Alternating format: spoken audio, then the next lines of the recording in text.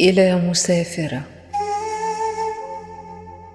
وأظل وحدي أخنق الأشواق في صدري فينقذها الحنين، وهناك آلاف من الأميال تفصل بيننا، وهناك أقدار أرادت أن تفرق شملنا،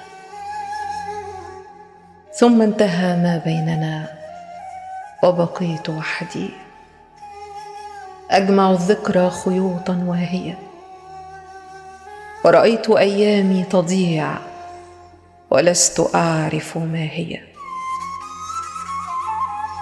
وتركت يا دنياي جرحا لن تداويه السنين، فطويت بالأعماق قلبا كان ينبض بالحنين.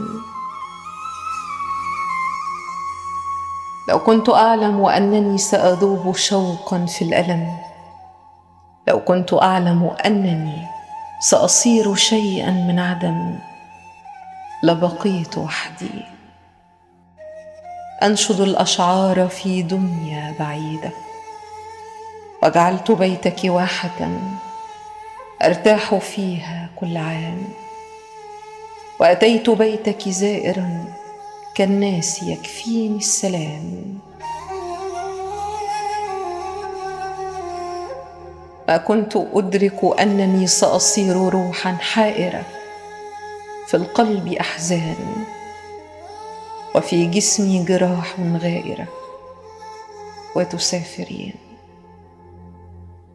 لا شيء بعدك يملأ القلب الحزين، لا حب بعدك، لا اشتياقا، لا حنين، ولقد غدوت اليوم عبدا للسنين، تنساب أيامي وتنزف كالدماء، وتضيع شيئا بعد شيء كالضياء، وهناك في قلبي بقايا من وفاء،